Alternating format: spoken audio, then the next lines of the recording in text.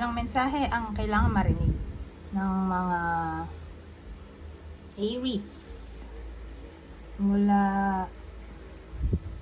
October 6 to 12, 2024? Pwedeng nangyayari na to o mangyayari pa lang. Kung hindi man para sa inyo itong magiging reading, di baka para sa someone na malapit sa inyo o sa someone na kakilala niyo mismo. Baka may lumabas na gender mamaya, gawin nyo na lang energy masculine at feminine energy.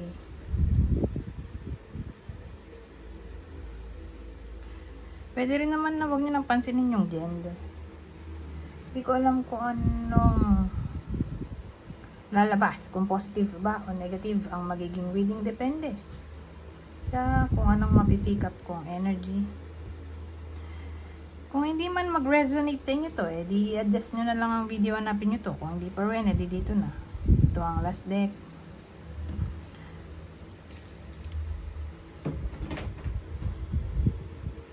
So, magsimula na tayo sa weekly reading. Anong pwedeng mangyari?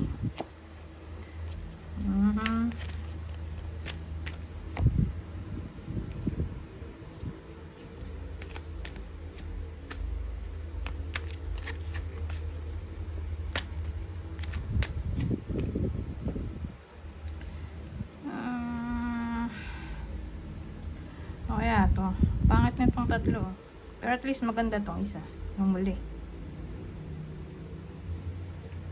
Kasi pag ganito, obviously ito saka to magkaaway. So obvious din naman na ang kaaway ay karelasyon dahil sa presence nitong dalawa. So may magkaaway, baka nga separated na nowadays. Whether nangyayari na to o mangyayari pa lang. Pero kasi may someone dito na nagpapakatatag. Siguro maasa pa rin na maayos pa. Ano kaya yung pinagawayan nito? Para malaman nyo kung para sa inyo ba tong reading o hindi. Kasi mukha na siyang unrequited love, pero hindi pa rin sumusuko eh.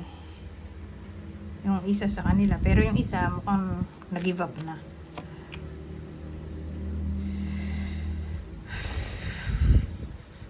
So paranoid yung babae. Probably mother na siya. Kunin nyo lang yung description na sa tingin nyo ay fit sa sitwasyon nyo. So pwedeng kayo mismo to. Ito yung person nyo. So pag nakita ko to, ito yung kasal na babae. O may anak. Pwede ring mayaman. Kung hindi mayaman, edi may permanent job o source of income. Businesswoman, pwede rin. Someone na influential, may position.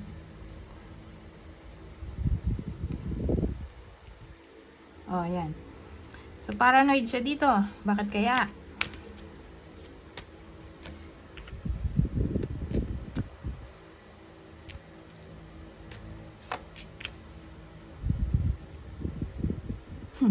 Ano to? Hindi ko rin magets. Paranoid. Ano yun? Pero soulmate pwede rin.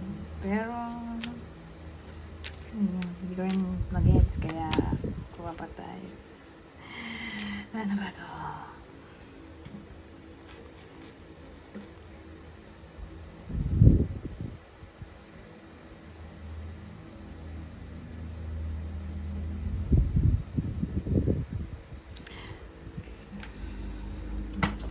Magets talaga. Ganun talaga. May times na hindi maintindihan eh.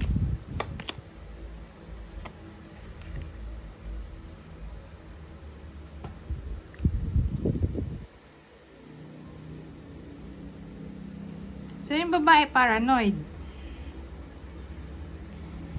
Kasi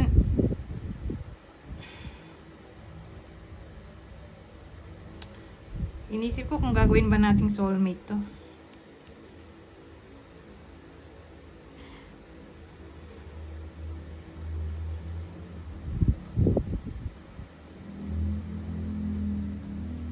Kasi soulmate card din pala to. So Hindi. Huwag natin gawin ganun. So again, napaparanoid yung babae, nai-stress, upheaval pala to. Nai-stress kasi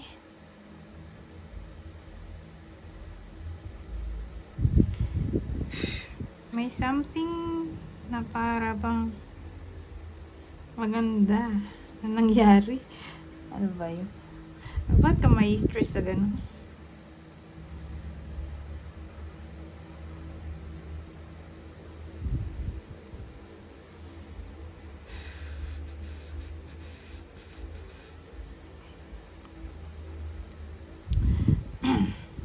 So, ganito. Pwede rin naman na ito'y other woman, di ba? Kasi, wala akong makuhang direction dito kung gawin ko namang work to.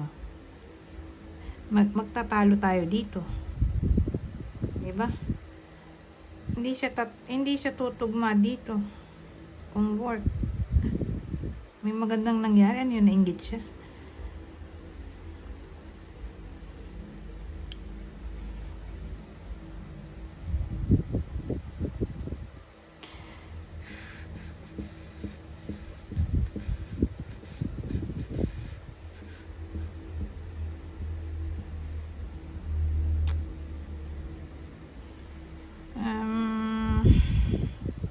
Siguro ano to, third party? Kasi wala talaga akong makuhang idea eh. Hindi ko siya pwedeng gawing ano, career. Although nakita ko to. Kaya lang di nga siya tutugma dito. Magandang nangyari tapos negative to. Diba? Parang talo. So probably nasad. May nasad, na stress due to a presence of another woman. Na parang nainggit siguro yung babae dito sa dalawang to, yung mag-lovers na to, yung original, yung babaeng to nainggit sa other woman na ka-workmate siguro o kasama ng partner niya, na parang feeling niya may magandang nangyayari sa buhay nilang dalawa, palagay sila sa isa't isa, kaya na-stress siya.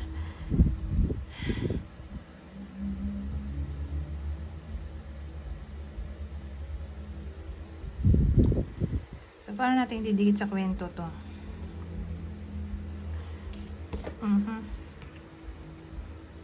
Na para bang, di ba sabi ko dito, hindi siya nag-give up. Yung pala yung babae.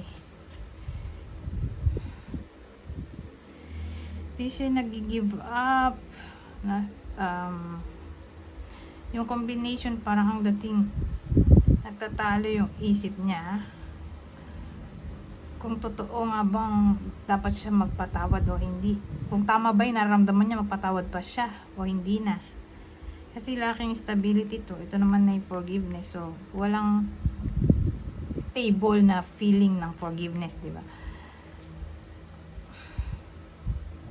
So yun, tingin ko due to cheating siguro. Pero lalaki yung ano, nagloko. Pwede nangyayari na to, mangyayari pa lang. Ganun ang dating sa akin.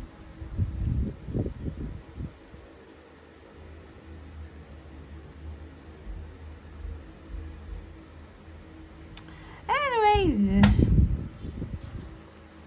ito yung possible partner dito na Aries,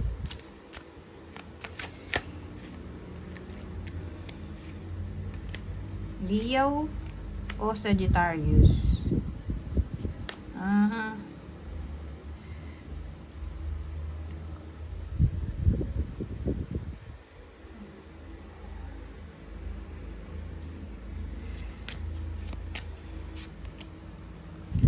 Plan,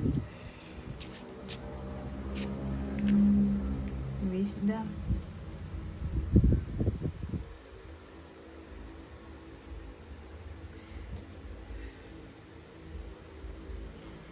So, ang dating sa akin, whether nangyayari na to o mangyayari pa lang. Kasi parang tinatakbuhan ng iba sa inyo ang kanilang mga problema sa buhay na para bang sa week na to ay haharapin na nila itong lesson, isosolve na nila para makuha na nila to itong wisdom. Okay, so plano na nilang harapin yung lesson na kailangan nilang matutunan nang sa ganun matapos na, di ba? At maging wisdom na siya kasi for as long as hindi pa nasusolve yung lesson, paulit-ulit siyang binabato ng universe. Kaya mapapansin nyo na paulit-ulit nangyayari yung problema sa isang tao, diba? Mapapaisip kayo bakit ganun nangyari na to, ito na naman yung problema kasi nga hindi siya na-solve nung unang bato ng universe sa atin nung problema na tinakbuhan na lang natin, hindi natin naintindihan. So ngayon kailangan na paulit-ulitin hanggang sa matutunan natin yung lesson nang magtanda tayo. Kaya nagiging wisdom. So, ang dating kasi sa akin ng wisdom, ito ay isang lesson na mahirap kalimutan. So, syempre, kapag mahirap kalimutan, ibig sabihin, medyo traumatic. Diba? Yung pinagdaanan. Kaya mahirap kalimutan. Kaya nga naging wisdom. Anyways, punta tayo dito sa last deck. Ano pang masasabi nito? Education at confidence.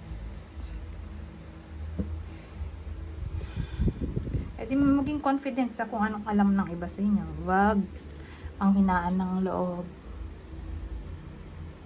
Mag-trust sa sarili. Lalo na kung alam niyo sa sarili niyo, tama kayo. O tama yung opinion niyo, o paniniwala. E di, panindigan, di ba? Ipaglaban, ganun ang dating sa akin. So, yung education ay learning. Confidence dun sa learning. Knowledge.